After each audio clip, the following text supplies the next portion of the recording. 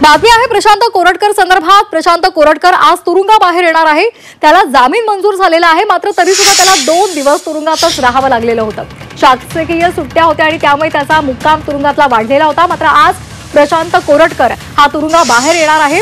त्या संदर्भातली प्रक्रिया आज पूर्ण होणार आहे। तर कोल्हापूरमधल्या कळंबा जेलमधून त्याची सुटका होणार आहे। कोल्हापूर कोर्टाने त्याला जामीन मंजूर केलेला आहे।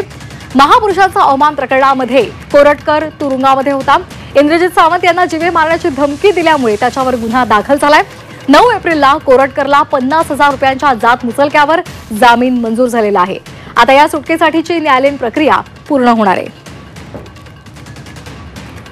तर या संदर्भात अधिक माहिती घेणार आहोत आमचे प्रतिनिधी प्रताप नाईक यांच्याकडून। प्रताप, आपण पाहतोय आज जामिनावर बाहेर येणार आहे प्रशांत कोरटकर। यापुढे कशा पद्धतीने याचा तपास सुरू राहणार आहे, कारवाई सुरू राहणार आहे?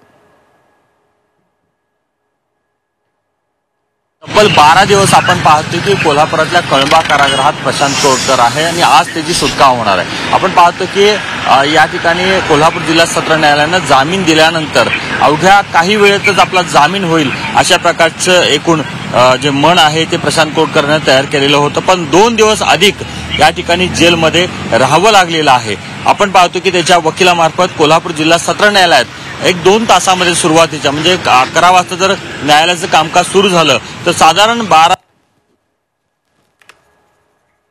लिफाफा घेऊन पोहोचतील आणि त्याच्यानंतर खऱ्या अर्थानं जेलमधनं बाहेर पडण्याची प्रक्रिया सुरू होईल।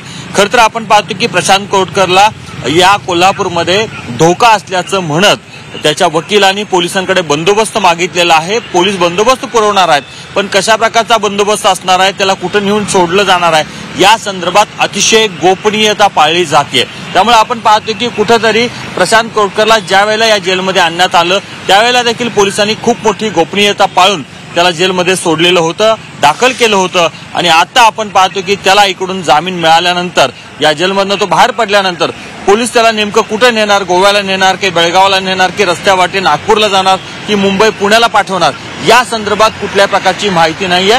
त्यामुळे आपण पाहतो की इथं सध्या पोलिसांची कोणतीही रेलचेल नाहीये, पोलिसांचा बंदोबस्त नाहीये, पण आपण जर पाहिलं तर साधारण 12-1 नंतर मात्र पोलिसांचा बंदोबस्त या ठिकाणी वाढेल आणि पोलीस व्हॅन या ठिकाणी लावले जातील।